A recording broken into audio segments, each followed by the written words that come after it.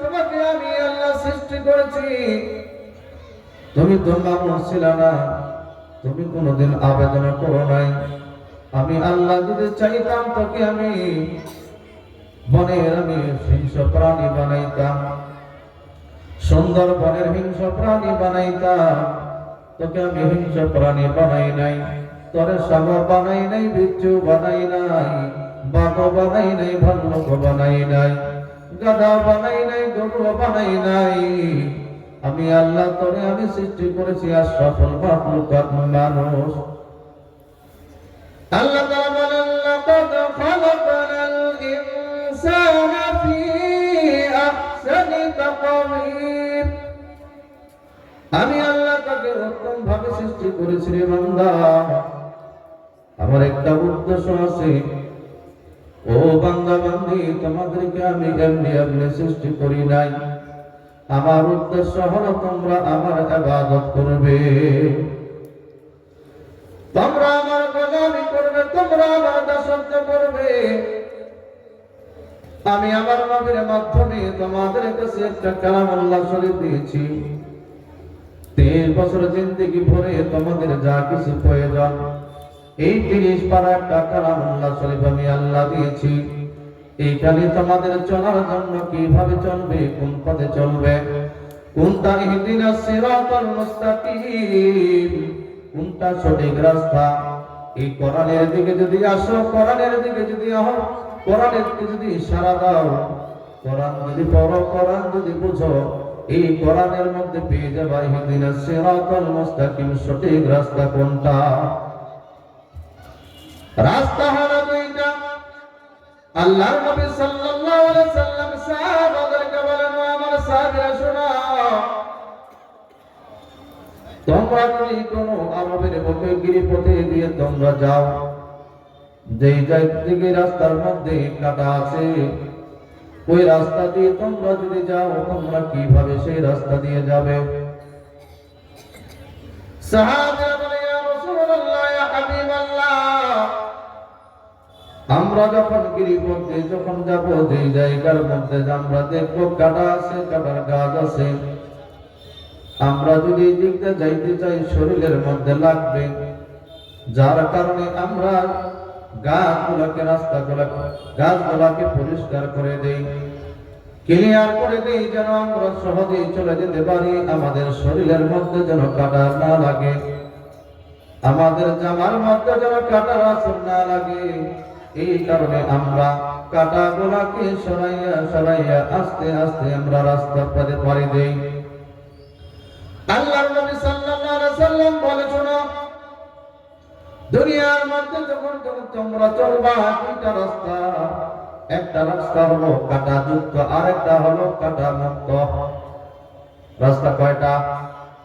রাস্তা হলো দুইটা, একটা হলো কাটা যুক্ত, আরেকটা কাটা মুক্ত।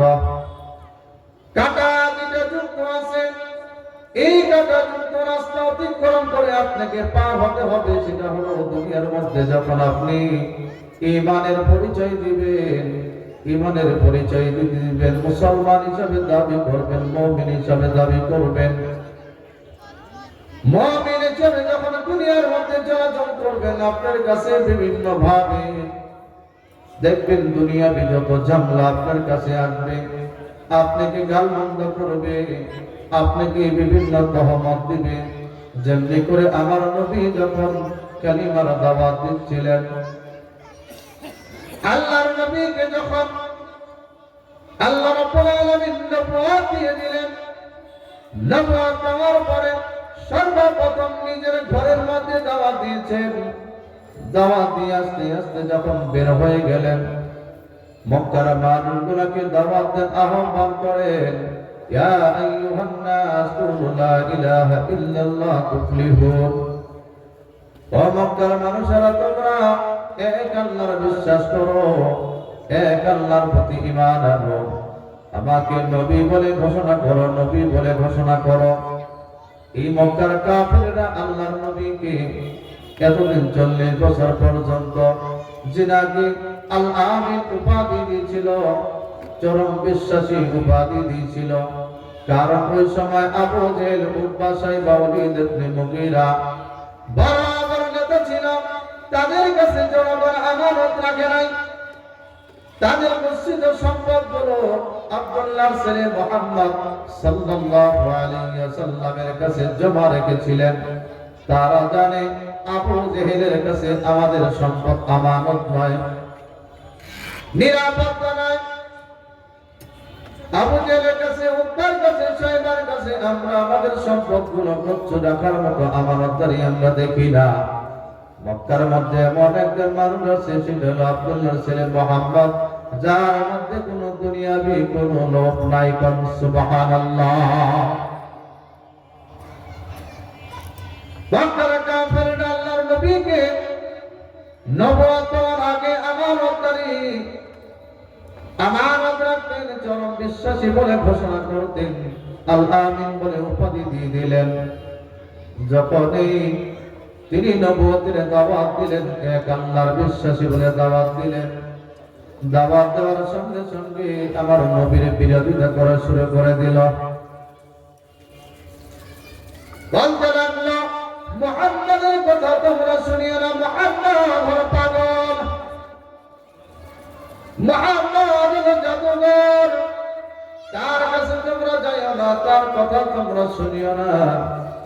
কিন্তু যারা আমার নবীকে গালি দেয়, গালি দেওয়ার ব্যবস্থা করে দেয়, ইতিহাস সকলেরই জানা, তারাই যায় রাত্রিবেলা আমার নবীর যখন দাঁড়িয়ে দাঁড়িয়ে কোরআন তেলাওয়াত করে, আর ওই মক্কার কাফেররা সেই ওয়াজের পাশে কান লাগিয়ে শুনে, তারা বলে, হায় রে, দিনের বেলা বিরোধিতা করে, রাত্রিবেলা মুহাম্মদ তেলাওয়াত করে ঘরের মধ্যে আর থাকতে পারি না। এই কোরআন যখন তেলাওয়াত করা হয়, মক্কার কাফেররা ঘরে থাকতে পারে না, কারণ তারা জানে এটা কোনো দুনিয়াবি কোনো গ্রন্থ নয়। মুহাম্মদ কোন নিজের ভাষায় বলে না, মুহাম্মদ হার নাহি করতে তা না করতে জিব্রাইল, জিব্রাইল হার নাহি করতে তা না করতে করে দেগা। আমার নবী এই পর্যন্ত কোনো কথা বলেন নাই, যে পর্যন্ত জিব্রাইল আমিন না কোনো বার্তা দিয়েছেন, জিব্রাইল আমিন কোনো কথা বলেন নাই, যে পর্যন্ত আমার আল্লাহ কথা না বলছে। কোন সুবহানাল্লাহ। কথা বলতেছিলাম, একজন মুমিন যখন দুনিয়ার মধ্যে চলবে, ওই কাঁটাযুক্ত রাস্তা দিয়ে তাকে অতিক্রম করতে হবে, কারণ ওই সময় তার অনেক বাধা আসে, অনেক বিপত্তি আসে। এমন সময় দেখবেন যারা তাবলীগের কাজ করে, তাবলীগের মেহনত করে, তাদের দেখবেন কত রকমের বিরোধিতা করে, এরা কোনো কাম পায় না, এরা 3 দিনের জন্য ঘর থেকে বের হয়ে যায়, 40 দিনের জন্য ঘর থেকে বের হয়ে যায়। এদেরকে পরিবারের লোকরা কোথায় থাকে, বিভিন্ন রকম প্রশ্ন করে থাকে। নিজের খায়, নিজের পরে নিজের টাকা ব্যয় করে, তারপরে দেখবেন দিনের প্রতি কাজ করতে যায় ওই আবু জাহেলের মতন বাধা দেয়। বলেন ঠিক না ঠিক? আবু জাহেল রাসূলকে যেমন বাধা দিয়েছিল, দিনের কাজ করতে দেয় নাই। এখনো পৃথিবীর মধ্যে এখনো একজন আবু জাহেল আছে, নামটা হচ্ছে মুসলমান, কিন্তু আসলে সে মুনাফিক। মুনাফিক মার্কা মুসলমান আছে, এরা কি করে দিনের কাজ করতে দেয় না।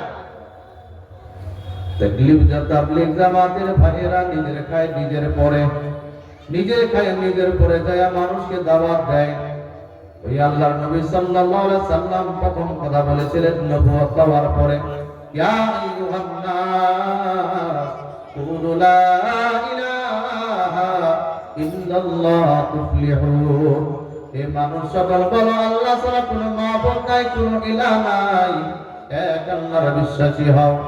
যদি তোমরা এক আল্লাহর বিশ্বাসী হতে পারো, তাহলে আল্লাহ রাব্বুল আলামিন তোমাদেরকে জীবনের গুনাহ মাফ করে দিবেন, আল্লাহ তাআলা তোমাদেরকে সফলতা দান করবেন, আল্লাহ তাআলা তোমাদেরকে জান্নাত দান করে দিবেন। কোন সুবহানাল্লাহ। এই জমিনের মধ্যে কেন বারবার গজব আসে? কিন্তু পীর সাহেবের একুশের মধ্যে দেখলাম করোনায় সারা পৃথিবীতে ছেয়ে গেল। এটা কিন্তু আমাদের গুনার কারণে বাপজান, এটা আমাদের গুনার প্রতিফল।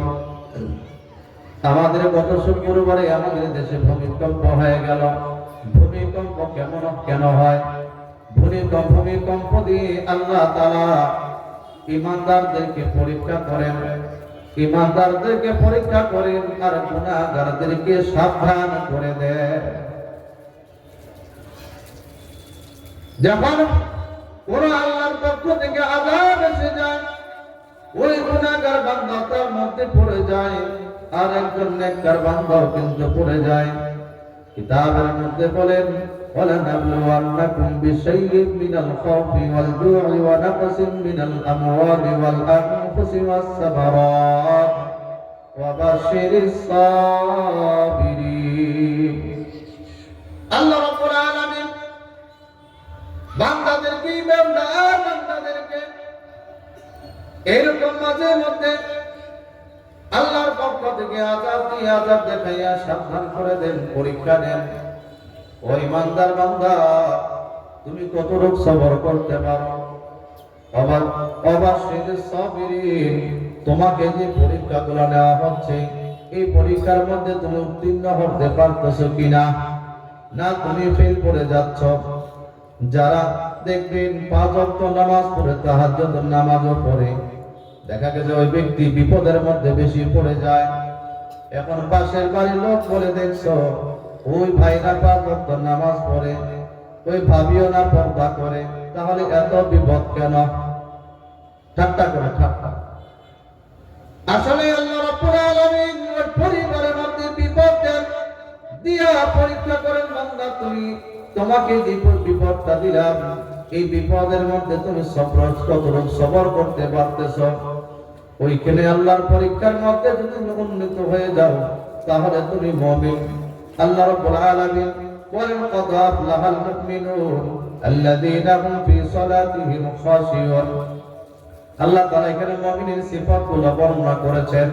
তুমি যদি সবর করতে পারো, তাহলে তুমি ওই সফলতার কাতারের মধ্যে পড়বে। আর যারা গুনাহ করে তাদের জন্য হলো সাবধান, খবরদার জমিনের মধ্যে গুনাহ করিও না। এই জমিনটা আমি আল্লাহর। নাস্তিকরা বলে এগুলো এমনি হয়ে থাকে। আল্লাহ রাব্বুল আলামিন সূরা রহমানের মধ্যে বলেন, এগুলা বান্দা কোনো একা হয় নাই। তুমি যদি মনে করো একা এগুলা হয়, তাহলে তুমি আরেকটা পৃথিবীর মধ্যে তৈরি করে দেখাও। এই পৃথিবী তো আমার, এই আসমান তো আমার, জমিন তো আমার, এর মধ্যে যা কিছু আছে সব কিন্তু আমি আল্লাহ সৃষ্টি করেছি। নাস্তিকরা, তোমরা যারা বিশ্বাস করো না, তোমরা যারা আল্লাহকে বিশ্বাস করো না, আল্লাহর অস্তিত্বকে বিশ্বাস করো না, তাহলে জমিন থেকে বের হয়ে যাও। জমিন থেকে বের হয়ে যায় এরকম আরেকটা পৃথিবী সৃষ্টি করে দেখাও। কখনোই পারবে না। মক্কার কাফেরদের আল্লাহ নবীর কাছে যখন করোনা আয়াত নাজিল হতো, এই বড় বড় লিডাররা বলতো মুহাম্মদ যেমনি করে কোরআন আবিষ্কার করে জাদুর মাধ্যমে, কবিতার মাধ্যমে মুহাম্মদ আবিষ্কার করে থাকে, আমরা এরকম পারবো। আল্লাহর নবীকে তারা এরকম বললেন, তুমি যেমন তৈরি করতে পারো আমরাও এরকম তৈরি করব। মক্কার কাফেররা তারা বললেন, বড় বড় যারা গায়িকা আছে, গায়ক আছে, সকলকে একত্রিত করলেন দেখানোর জন্য, দেখাও দেখি আল্লাহর নবী যেভাবে কোরআনে আয়াত আল্লাহ তাআলা নবীর মাধ্যমে পাঠিয়ে দেয়, তার বিপরীতে একটি শব্দ তৈরি করে দেখাও। তারা সকাল থেকে সন্ধ্যা পর্যন্ত চেষ্টা করছে, পরিপূর্ণ একটা সূরা তৈরি করতে একটি শব্দও তৈরি করতে পারে নাই। সুবহানাল্লাহ, একটি শব্দ পারে নাই। কারণ কোরআন আল্লাহ, এটা কোন দুনিয়ার মানুষের রচিত নয়। মক্কার কাফের একত্রিত হয়েও একটি শব্দ কেন, একটি শব্দ তৈরি করতে পারে না। কথা বলতেছিলাম, আল্লাহ রাব্বুল আলামিন দুনিয়ার মধ্যে মাঝে মধ্যে বিপদ দেন। কেন বিপদ দেন? আল্লাহর নবী সাল্লাল্লাহু আলাইহি ওয়াসাল্লাম বলেন, আর নবী হুরায়রা রাদিয়াল্লাহু তাআলা আনহু থেকে বর্ণিত, আল্লাহর নবী সাল্লাল্লাহু আলাইহি ওয়াসাল্লাম বলেন, দুনিয়ার মধ্যে যখন 15টি অমনি কাজ যখন মানুষ করে থাকে তখনই আল্লাহর পক্ষ থেকে গজব চলে আসে। আল্লাহর নবী সাল্লাল্লাহু আলাইহি সাল্লাম বলেন ইজা তুফিদাল ফাইবু দুলা। আল্লাহর নবী সাল্লাল্লাহু আলাইহি সাল্লাম বলেন গনিমতের মাল পায়, এগুলাকে যখন রক্ষণাবেক্ষণ সঠিকভাবে করে না তখন আল্লাহর পক্ষ থেকে আল্লাহ তখন কষ্ট হয়ে যায়। যেমন যুদ্ধের ময়দানে গনিমতের মাল পাওয়া যায়, এই গনিমতের মাল সঠিকভাবে তারা কি করে রক্ষণাবেক্ষণ করে না, এই গনিমতের মালগুলো আত্মসাৎ করে থাকে। উদাহরণস্বরূপ বলি, আমাদের ওয়ার্ডের একজন কমিশনার সরকারি ভাবে বরাদ্দ দিয়েছে 8 বস্তা চাউল, 10 বস্তা, কয় বস্তা?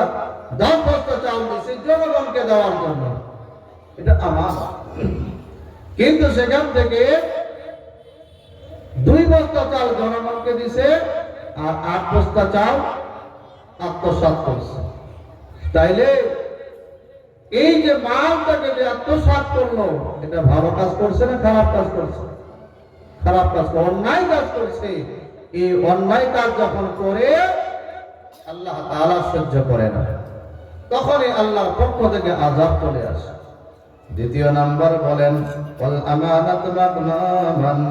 আল্লাহ নবী সাল্লাল্লাহু আলাইহি সাল্লাম বলেন আমানতের মাল লুণ্ঠন করে, আমানত আমাকে 500 টাকা আমানত দিয়েছে, হুজুর আপনাকে 500 টাকা দিলাম, আপনি এটা জমা রাখেন, কালকে নিয়ে যাব।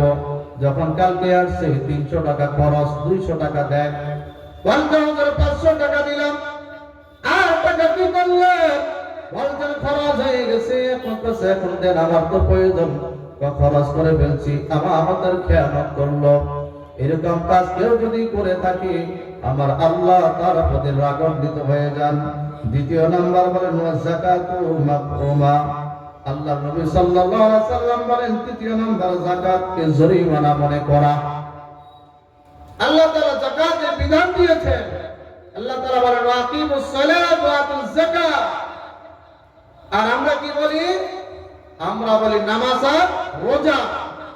আল্লাহর বিধান, আল্লাহর কোরআনের আইন, আল্লাহর কোরআনের আয়াতের মধ্যে বলে ওয়াকিমুস সালাত ওয়া আতুজ যাকাত, নামাজ কায়েম করো, যাকাত প্রদান করো। আজকে যাদেরকে সম্পদ দিয়েছেন তারা সেটাকে কি মনে করে? যাকাত সঠিকভাবে দেয় না, সঠিকভাবে যাকাত আদায় করে না। কারুনের অনেক সম্পদ ছিল, এই কারুনকে মুসা আলাইহিস সালাম বলেছিলেন এ কারুন যাকাত দাও আল্লাহর রাস্তায়। কারুন বলেছিল কেন যাকাত দেব? এগুলো তো আমি উপার্জন করেছি। আসলে কি সে করেছেন? আল্লাহ দিয়েছেন, সম্পদ দিয়েছেন আল্লাহ কোন একটা মাধ্যমে। দেখেন একজন শ্রমিক সারা দিন কাজ করে, বিকাল বেলা 500 টাকা পকেটে নিয়ে বাড়িতে যায়, পরিবারে খরচ করতে দিয়ে সব টাকা শেষ, 10টা টাকাও নিতে পারে না। আর একজন সরকারি চাকরিজীবী অথবা বেসরকারি যারা চাকরি করে, এরা ডিউটি করে মাত্র 8 ঘন্টা, বেতন পায় কত? সচিবের বেতন 1.5 লাখ, একজন এমপি তার বেতন 3.5 লাখ, আরো নিম্ন পদে আছেন, দেখা গেছে তার বেতন 8 ঘন্টা খাটে, 8 ঘন্টার মধ্যে তার বেতন 40,000, 50,000, 60,000। আর একজন সকাল থেকে সন্ধ্যা পর্যন্ত শ্রমিক দিচ্ছে, বেতন পাচ্ছে মাত্র কয় টাকা? 60 টাকা, 500 টাকা। তাহলে আল্লাহ তাআলা ওই ব্যক্তিকে চাকরির মাধ্যমে তাকে কি দিলেন? সম্পদ দিলেন। কোন ভাই ব্যবসা করে ফকির হয়, আর কোন ব্যক্তি ব্যবসা করে রাজা হয়, সম্পদশালী হয়ে যায়, টাকাওয়ালা হয়ে যায়। তাহলে পাশের দোকানে কাস্টমার নাই, পরের দোকানে কাস্টমার আছে, প্রচুর ব্যবসা হয়, ওই ব্যবসা বাড়িয়ে দিয়েছে কে? আল্লাহ। যখন সম্পদ হবে এই সম্পদ কি করতে হবে? যাকাত দিবে। আর যদি অনেকে কেউ যদি এটাকে কি মনে করে? যাকাতকে তারা মনে করে জরিমানা। এক কথায় যাকাতকে যখন অস্বীকার করে আল্লাহর পক্ষ থেকে তখন গজব আসে। ৫ম নাম্বার নাম্বার মারাত্মক। তো আল্লাহ লিগাইরিদ দ্বীন, আল্লাহর নবী সাল্লাল্লাহু আলাইহি ওয়াসাল্লাম বলেন দ্বীনকে তারা বিবর্জিত করে দিবে। দ্বীন শিখতে চাইবে না, কোরআন শিখতে চাইবে না, হাদিস শিখতে চাইবে না, মাদ্রাসায় পড়তে চাইবে না, সন্তানগুলোকে মাদ্রাসায় ইলমে দ্বীন শিক্ষা দিতে চাইবে না। যখন তারা কোরআন থেকে হাদিস থেকে বিমুখ হয়ে যাবে, আল্লাহর নবী সাল্লাল্লাহু আলাইহি সাল্লাম বলেন পৃথিবীর মধ্যে যতদিন পর্যন্ত আল্লাহ আল্লাহ বললে ওলা একজন ব্যক্তি থাকবে, ততদিন পর্যন্ত আল্লাহ তাআলা কিয়ামত দিবে না। আর যেদিন আল্লাহ বললে ওলা থাকবে না, সেদিনই আল্লাহর পক্ষ থেকে কিয়ামত এসে যাবে, কিয়ামত সংঘটিত হয়ে যাবে। আজকে আমরা আমাদের সন্তানগুলোকে ইলমে দ্বীন শিক্ষা দিতে চাই না, দুনিয়াবি শিক্ষা দেই। শেষকালে আমাকে বৃদ্ধাশ্রমে যেতে হয়, শেষকালে নেশার জন্য দ্বীন শিক্ষা না থাকার কারণে আমার যুবকরা আজকে ধ্বংসের দ্বার প্রান্তে। যাকে মনে করে এই ছেলেটা ভালো হবে, শেষ পর্যন্ত শোনা যায় হুজুর সেই নেশাখোর, সেই নেশাদ্রব্য ব্যবহার করে। আলহামদুলিল্লাহ, এখানে আমাদের একটি সংগঠন হয়েছে, হিলফুল ফুজুল যুব সংগঠন, মাদক বিরোধী একটা সংগঠন তৈরি করা হয়েছিল। কাজ কতটুকু হচ্ছে আল্লাহ মাহবুব জানেন, কিন্তু আমার চোখে ইদারিং একটা সংগঠনের কাজ করতে চায় দিনাজপুর ইমাম কল্যাণ সংস্থা, ইমামদেরকে একটা সংগঠন করতে যাচ্ছি। আলহামদুলিল্লাহ, কমিটি গঠন হয়েছে, কাজ চলছে। মোটামুটি অনেক একটু দেরি হয়ে যায় ঢুকতে বাসার মধ্যে। দেখি নেশাখোরেরা অপরিচিত লোক আসে, অলিতে গলিতে ঘোরাফেরা করে।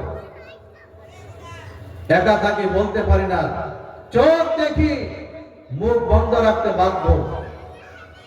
গলিতে গলিতে দেখি নেশা কোথায় ঢুকে, কোথায় বিক্রি করতেছে, কি করতেছে, সব নজরে পড়ে, সব নজরে পড়ে। এজন্য আসুন আমাদেরকে যুব সমাজকে মাদক থেকে রক্ষা করি। আজকে আমাদের যুব সমাজরা মাদকের কারণে পরিবারের মধ্যে অশান্তি, মা বাবার সাথে খারাপ ব্যবহার, তাদের সাথে গালিগালাজ, তাদের গায়ে হাত তুলে, এমন আমরা দেখি নেশার টাকার পাওয়ার না পাওয়ার কারণে মাকে হত্যা করে জবাই করে দেয়, আছে না? কারণটা একটাই, আজকে আমরা আমাদের ধর্মকে বিবর্জিত করে দিয়েছি। আমাদের ধর্মকে আমরা বলি মুসলমান, কিন্তু মুসলমানিত্ব নাই। আমরা মুসলমান দাবি করি, আমার ঘরে পর্দা নাই, আমার ঘরে বেপর্দা চলে, ঘরটাকে ঠিক করতে পারি নাই। আল্লাহ নবী সাল্লাল্লাহু আলাইহি সাল্লামের কাছে যখন ওহী আসছে, ওহী আসার পরে নিজের ঘরকে আগে দাওয়াত দিয়েছেন। আম্মা যারা খাদিজা রাদিয়াল্লাহু তাআলা আনহাকে দাওয়াত দিয়েছেন। কথাগুলো আজকে ইমাম হিসেবে বলছি, তিতা লাগছে। আলহামদুলিল্লাহ, সত্য কথা বললে তিতা লাগে। খাস পর্দাওয়ালা কয়টা ঘরের মধ্যে আছে, আল্লাহ তাআলা আযাব দিবে না কেন? আল্লাহ নবী সাল্লাল্লাহু আলাইহি সাল্লাম বলেন, জমিনের মধ্যে যখন তিনটি কাজ বেড়ে যায়, তখন আল্লাহর পক্ষ থেকে গজব এসে যায়। এক নাম্বার, যখন মানুষ ব্যভিচারকে বৈধ মনে করে, জেনাকে বৈধ মনে করে। আমার দেশে জেনার লাইসেন্স দেয়, মদের লাইসেন্স দেয়। আজ আমাদের যুব সমাজরা এরা জেনার দিকে ধাবিত হচ্ছে। জেনাকে তারা জেনাই মনে করে না। অনেক অভিভাবক আছে, বাংলা কথা বলবো, প্রেম করে মেয়ে আসে বলে, হুজুর আমার মেয়ে একটা ছেলেকে পছন্দ করেছে, নিরুচ্চ কথাটা। আবার সে পছন্দ করে, আমার ছেলে আমার মেয়ে একজনকে পছন্দ করেছে। এটাকে হালাল না হারাম? বিবাহ আগে কোন ছেলে মেয়েকে দেখা, মেয়ে ছেলেকে দেখা সম্পূর্ণরূপে হারাম। এই হারাম কাজটাই, এই জেনার কাজটাই আমাদের সমাজে সবচাইতে বেশি, যার কারণে আল্লাহ তাআলা ভূমিকম্প দিয়ে সতর্ক করে দেয়, ও জেনাকারীরা, ও ব্যভিচারীরা, তোমরা সাবধান হয়ে যাও, তোমরা সাবধান হয়ে যাও, তোমরা গুনাহ ছেড়ে দাও, গুনাহ মুক্ত জীবন করো। 2 নম্বর, আল্লাহ তাআলা ওই সময় জমিনকে ধাক্কা দেন, জমিনের মধ্যে কম্পন সৃষ্টি করেন যখন জমিনের মধ্যে মদ্যপান বেড়ে যায়। আজকে আমরা দেখতে পাই ক্লাবগুলায়, বাড়িতে বিভিন্ন জায়গায় পার্টি হয়, এই পার্টিগুলোতে তারা মদ্যপান করে। আমার নিজের মাদ্রাসার কথা বলি, গতকাল ক্লাস 5 এর ছাত্রদেরকে দোয়ার মাধ্যমে তাদেরকে বিদায় দিব। ওই যে তাদের মাথার ভিতরে ঢুকেছে, আমার বড় বোন, আমার বড় ভাই এসএসসি পরীক্ষার সময় কি যেন ডে বলে কাপড়ের মধ্যে, শাড়ির মধ্যে রেখে রং মাখামাখি করে, সেম ওই কাজটাই আমাদের ক্লাস 5 এর বাচ্চারা যখন করতে চাইলেন, দেখার সাথে সাথে এক মাস্টার যা শাসন করলেন। আমি যা শেষে বুঝাইলাম যে আজকে তোমাদের শাসন করবো না, কারণ আজকে তোমাদের বিদায় উপলক্ষে দোয়া করেছি, নসিহত করে যাচ্ছি, তোমরা যেটা উদযাপন করতে যাচ্ছ, রং মাখতে যাচ্ছ, এটা আমাদের ইসলামী সাংস্কৃতিক না। কিন্তু এই বাচ্চারা শিখলো কোথায়? ওই স্কুল থেকে শিক্ষা নিয়েছে, ওই মাস্টাররা শিক্ষা নিয়েছেন, ওই স্যাররা তাকে বাধা দেয় নাই, অপসাংস্কৃতিক শিক্ষা নিয়েছেন। ওই স্যাররা যদি বলতো, ওই স্কুলের টিচাররা যদি বলতো, ও একজন টিচার, ও ছাত্র, ও আমার সোনামণিরা, শোনো, তোমরা যেটা করতেছো, আজ তোমাদের জন্য দোয়ার আয়োজন, হুজুরদেরকে ডেকে নিয়েছে, অথবা আমরা তোমাদের জন্য দোয়া করি, তোমরা যেন পরীক্ষায় ভালো ফলাফল করতে পারো। অনেক স্কুল দেখেন আর কয়েকদিন পরে শুরু হয়ে যাবে তাদের ডিজে। কোন সন্তানকে কোন মাস্টার বাধা দেয় না, কোন বাবা মা বাধা দেয় না। কেন এই কাজটা করলো? আর এই কাজ করতে যায় অনেক মেয়েরা, অনেক ছেলেরা, তারা পর্যন্ত মদ পান করে। আছে না? সোশ্যাল মিডিয়া, ফেসবুক সবাই চালান, আমি হুজুরে যেমন মাঝে মধ্যে দেখি, আপনারাও দেখেন। তারা, আমার মেয়েরা, আমার ছেলেরা, তারা আজকে মদ্যপানে লিপ্ত হয়ে আছে। তারা এটাকে কিছুই মনে করে না। আল্লাহর নবী সাল্লাল্লাহু আলাইহি সাল্লাম বলেন, জমিনের মধ্যে যখন মদ্যপান বেড়ে যায়, আল্লাহর পক্ষ থেকে যখন গজব এসে যায়, কম্পন এসে সৃষ্টি করে সাবধান করে দেয়, এই মদ্যপানকারীরা তোমরা সাবধান হও। 3 নম্বর, আল্লাহর নবী সাল্লাল্লাহু আলাইহি সাল্লাম বলেন, বাদ্যযন্ত্র, গান বাজনা বেড়ে যায়। যখন সমাজের মধ্যে গান বেজে যায়, গান, দ্রব্য, বাদ্যযন্ত্র বেড়ে যায়। আজ আমাদের সমাজে দেখবেন বিবাহ শাদী লাগলেই ডিজে আনতে হয়, খাওয়া নাই দাওয়া নাই, ডিজেটা লাগবে। আপনি যে বাড়িতে আপনার মেয়েটাকে বিবাহ দিচ্ছেন, আবার হুজুরকে ডেকে নিয়ে বলতেন, হুজুর আমার মেয়ের বিয়া, আমি ভাঙ্গা কথা বলছি, আমার মেয়ের বিয়া, একটু দোয়া করেন বরকতের জন্য। কিন্তু বিয়ার আগেই তো বাড়িতে নাপাক জিনিস দিয়া, হারাম দিয়ে আপনি শুরু করেছেন, ওই বিয়েতে বরকত হয় কেমনে? 2 দিন পরে ওই সংসারের মধ্যে অশান্তি, শ্বশুরের সাথে মিল নাই, শাশুড়ির সাথে মিল নাই, স্বামীর সাথে মিল নাই, শেষ পর্যন্ত তালাকের ব্যবস্থা করে। কেন? ওই বিবাহের মধ্যে বরকত নাই। ইসলাম যেভাবে বলছেন, আন-নিকাহু সুন্নাতুন, নিকাহ হলো সুন্নাহ। কিন্তু আমাদের সমাজের বিবাহগুলায় গুনাহ দিয়ে সয়লাব, ডিজে সাউন্ড না আনলে, ডিজে না বাজাইলে বিয়ে নাকি হয় না। এজন্য আসুন, আমাদেরকে গুনাহ ছেড়ে দিতে হবে। 1 নম্বর, ব্যভিচার ছেড়ে দিতে হবে, জেনা ছেড়ে দিতে হবে। আমার আপনার ছেলে মেয়ে কোথায় যায়, তাদেরকে খোঁজ খবর নিতে হবে, তাদেরকে পর্দা রাখার ব্যবস্থা করতে হবে। 2 নম্বর, মদ্যপান ছেড়ে দিতে হবে। 3 নম্বর হলো বাদ্যযন্ত্র, গান বাজনা ছেড়ে দিতে হবে। আসিতেছে সামনে 31 নাইট, অনেক বিভিন্ন জায়গায় আলোচনা হয়, মসজিদ থেকে আলোচনা, খতিবরা আলোচনা করে। মুসলমানরা 31 নাইট উদযাপন করতে পারে না, কিন্তু ওয়াজ শুনে যায় মসজিদে, তারপরে পরে আসে আবার পালন করে ডিজে এবং এই 31 উদযাপন করার জন্য হাজি গাজী মৌলবি মুন্সিরা তারা তখন কি করে টাকা তুলে তারা 31 নাম উদযাপন করে। আপনি জানেন এই 31 নাম উদযাপন একদিন হয় নাই, এটা কোনো মুসলমান আবিষ্কার করে নাই, এটা মুসলমানরা কখনো আবিষ্কার করে নাই। যারা ইহুদিরা তারা এক সময় আজ থেকে মনে করেন 50-100 বছর আগে এই কাজটি তারা জারি করে দিয়েছেন। তারা জানে আমি যদি আজকে জন্মদিনটা জারি করে দেই, আমি না দেখি, কিন্তু এক সময় প্রজন্মের পর প্রজন্ম আসবে, তারা কি করবে 31টা উদযাপন করবে। আর কি করবে, তারা জন্মদিন পালন করবে, মসজিদে এসে দোয়া চায়, হুজুর আমার ছেলের জন্য আমার মেয়ের জন্মদিন দোয়া করিয়েন।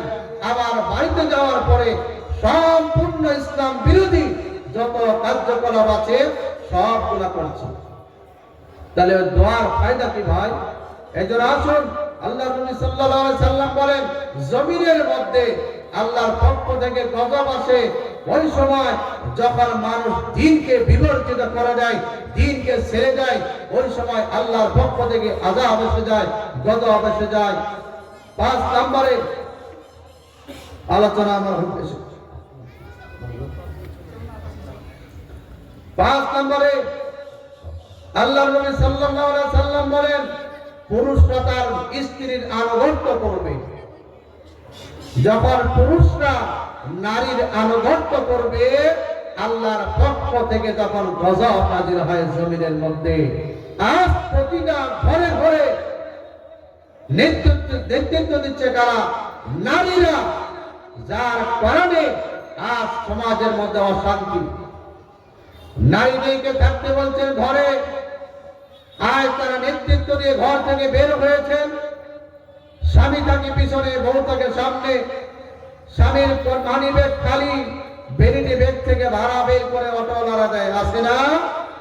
আছে কিনা বলেন? আমি নিজের চোখে দেখেছি, বানোয়ার বলছি না। স্বামী স্ত্রী দুইজন অটোতে উঠছে, স্বামীর পকেটে মানি ব্যাগ, টাকা নাই, মানি ব্যাগের ভিতরে হাত ঢুকায় আছে, আর নারীর ভেরিটে ব্যাগের মধ্যে টাকা বের করে দিচ্ছে।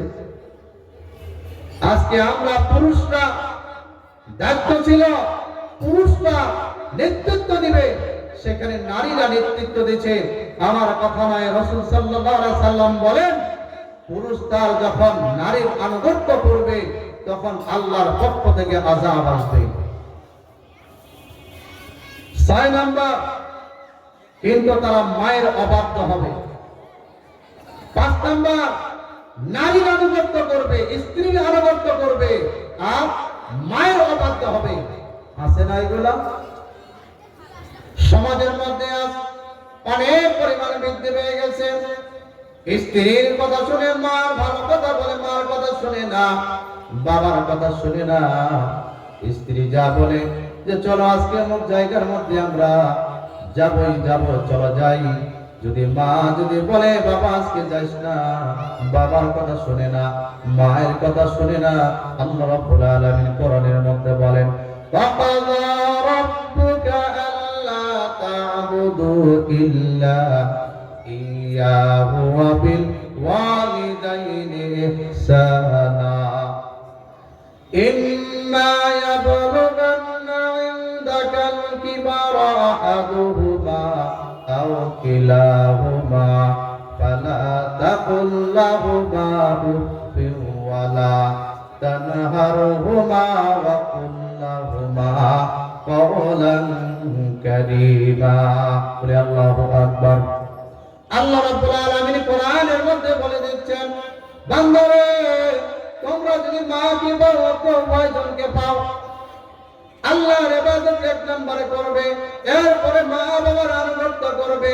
মার ভিতরে যদি তোমার মা বাবার ভিতরে দুইজনের ভিতরে একজনকে পাও অথবা উভয়জনকে যদি পাও, তাহলে তাদের সেবা শুশ্রূষা করবে, তাদেরকে ভালোবাসবে, তাদের সাথে কখনো খারাপ আচরণ করবে না। তুমি যদি খারাপ আচরণ করো, তোমার খারাপ আচরণের মাধ্যমে তোমার মা যদি বলে আমার ছেলেটা আমার এইভাবে কষ্ট দিল, যেই মা 10 মাস 10 দিন গর্ভে ধারণ করেছে, ও মা আজকে তোমরা যারা আজকে তোমরা যারা ঘরে বউ হয়ে আসছো, তোমাদের ঘরে যে একটি সন্তান আসছে, চিন্তা করে দেখো, যখন সন্তান কনসেপ্ট করার পর ঘরের মধ্যে থাকে, খাইতে পারে না, বমি এসে যায়। বাচ্চা যখন আস্তে আস্তে বড় হয়, রাত্রিবেলা ঘুমাইতে পারে না, ডান দিকে করাট হয়ে ঘুমায়। বাচ্চা পেটের মধ্যে আঘাত, কলিজার মধ্যে আঘাত করে। এই মা তোমার বাম দিকে করার হয়, বাম দিকে যখন যায় তখন আর শান্তি পায় না, আবার সোজা হয়ে শুয়ে থাকে, কোনো দিকেও শান্তি পায় না। ও মা, তুমি যেমন শান্তি পাচ্ছ না, ও বোন, তুমি যেমন তোমার গর্ভে সন্তান আসে, তুমি যখন কত কষ্ট করে দুনিয়াতে তোমার সন্তানটাকে আনো, কত সুন্দর লালন পালন করছো, লালন পালন করে বড় করো। তুমি যে ঘরের মধ্যে আসছো, যার ঘরের মধ্যে যেটাকে তুমি স্বামী হিসেবে পাই না, ওই মা তো তোমার স্বামীকেও এইভাবে ছোটবেলায় লালন পালন করেছিল, কোনো দিক দিয়ে কষ্ট দেয় নাই। সন্তানকে খাওয়াইছেন, মা খায় নাই, কোনো দিক দিয়ে সন্তানকে কষ্ট দেয় নাই। সন্তান পড়ে গেছে, মা তাড়াতাড়ি সন্তানকে উঠিয়ে নিয়েছেন, আর বলে বাবা কোথায় লাগছে, কিচ্ছু হয় নাই, কেউ তুমি ব্যথা পাও নাই, ওইটা কোনো ব্যাপার না, এইভাবে কত সান্ত্বনা দেয়। ও ঘরে স্ত্রী, তুমি যখন নতুন বধূ হয়ে আসলা, 2 দিন পরে তোমার মার কাছ থেকে তোমার স্বামীটাকে তুমি ছিনিয়ে নিয়ে দাও। বুঝে রাখো, শুনে রাখো, আগের হাল যেই হালে যায়, পিছের হাল কিন্তু সেই হালে যায়। তুমি যদি তোমার শাশুড়ির সাথে শ্বশুরের সাথে এরকম খারাপ আচরণ করে থাকো, তুমি আজকে লিখে রাখো, তুমিও জেনে রাখো, তোমার যে সন্তান আছে আজ নয় কাল তোমার সাথে এরকম আচরণ করবে। বলেন ঠিক না বেটি? এরকম আচরণ করবে। আল্লাহ রাব্বুল আলামিন বলেন, মাকে পেয়েছো, বাবাকে পেয়েছো, এদের সাথে তুমি খারাপ আচরণ করো না, এদের সাথে তুমি ভালো আচরণ করো। এমন আচরণ করিও না যে আচরণের মাধ্যমে তোমার মা ও শব্দ করে, বাবা ও শব্দ করে। যদি করে থাকি তাহলে তুমি শুনে রাখো, তোমার জীবনের সমস্ত আমল বরবাদ হয়ে যাবে, সব আমল শেষ। এখন চিন্তা করেন, আপনি আপনার মার সাথে বাবার সাথে খারাপ আচরণ করবেন না স্ত্রীর কথা শুনবেন? আল্লাহর নবী সাল্লাল্লাহু আলাইহি সাল্লাম বলেন, আল্লাহর পক্ষ থেকে ওই সময় গজব নাযিল হয় যখন পুরুষ তার স্ত্রীর আনুগত্য করে, মার আনুগত্য করে না, মা অবাধ্য করে, তখন আল্লাহর পক্ষ থেকে আযাব হয়। এবং বন্ধু বান্ধবীকে কাছে টেনে নেয় আর পিতাকে দূরে ঠেলে দেয়। 7 নম্বর, বন্ধু বান্ধবকে বন্ধুর কথা শুনে বাপ বলতেছে, বেটা এই কাজটা কর, সাথে বন্ধু আছে, এমন ঝাড়ি দেয়, বাবা তুমি কি বুঝো, বন্ধু আছে, বন্ধুর সাথে সময় না দিলে হয়, বাইকটা নিয়ে চলে গেছে। তাহলে বন্ধু বাধ্য আর বাবার অবাধ্য হয়। যখন এই আচরণগুলো আল্লাহ তাআলা দেখে, আল্লাহ তাআলা গোসা হয়ে যায়, রাগান্বিত হয়ে যায়, তখনই জমিনের মধ্যে আল্লাহর পক্ষ থেকে আযাব এসে যায়। এরপরে আল্লাহ রাসূল সাল্লাল্লাহু আলাইহি সাল্লাম বলেন, কিয়ামতের আগে মসজিদের মধ্যে কলহ ও হট্টগোল হবে। মসজিদ নিয়ে আজ মসজিদগুলোতে আজকে হট্টগোল হচ্ছে, কারণ একটাই, অনেকগুলো কারণ আপনার সমাজে দেখতে পাচ্ছেন, কমিটি, রাজনৈতিক বিভিন্ন মহলে, যার কারণে মসজিদে অশান্তি সৃষ্টি করেছেন। যখন মসজিদের মধ্যে কলহ এবং হট্টগোল সৃষ্টি হয়, আল্লাহ তাআলা তখন গোসা হয়ে যায়, আমার ঘরের মধ্যে আসে রাজনীতি করো, হট্টগোল করো, কলহ করো, বিবাদ করো। আল্লাহ তাআলা রাগান্বিত হয়ে ওইখানে আল্লাহ তাআলার গজব দেন, গজব। এটা আমার কথা নয়, রাসূল সাল্লাল্লাহু আলাইহি ওয়াসাল্লামের কথা। আবু হুরায়রা রাদিয়াল্লাহু তাআলা আনহু থেকে বর্ণিত, তিনি বলতেছেন, 10 নাম্বার হলো পাপাচারীর গোত্রের পাপাচারীরা। সমাজের মধ্যে দেখবেন যে বেশি কথা বলতে পারে, মাস্তানি করতে পারে, তাকে নেতা বানায়। কি বানায়? জালিমকে নেতা বানায়। আমাল যালিমিন মিন আমসার। আল্লাহ তাআলা বলেন, জালিমের কোনো সাহায্যকারী নাই, সহযোগী নাই, আর এই জালিমদেরকে আমরা নেতা বানাই। আল্লাহ তাআলা বলেন যখন জমিনের মধ্যে জালেমরা নেতা হয়ে যায় তখন আল্লাহর পক্ষ থেকে আযাব এসে যায়, আযাব। এরপর আল্লাহ রাসূল সাল্লাল্লাহু আলাইহি সাল্লাম বলেন নিকৃষ্ট লোক সমাজের কর্ণধার হয়। আল্লাহ নবী সাল্লাল্লাহু আলাইহি সাল্লাম আরো বলেন কোন মানুষকে অনিষ্টার ভয়ে মানুষ মানুষকে সম্মান করে। কেমনে বলছে, আমি যাচ্ছি, এই সমাজের 5টা 7টা ছেলে আছে, আমার মেয়ে স্কুলে যায়, এই 7টা ছেলেকে যদি আমি সম্মান না করি তাহলে আমার মেয়েকে তারা কি করবে, ইফতিজিং করবে, সমস্যা করবে। যার কারণে এই বখাটের 7টা যুবককে তারা কি করে, একজন মুরব্বী সম্মান করে। যখন সমাজের মধ্যে এই বখাটেদেরকে সম্মান করে মুরব্বীরা ভয়ে, আল্লাহ তাআলা তখন গোসা হয়ে যান, গোসা হয়ে আল্লাহর পক্ষ থেকে গজব নাযিল হয়, গজব।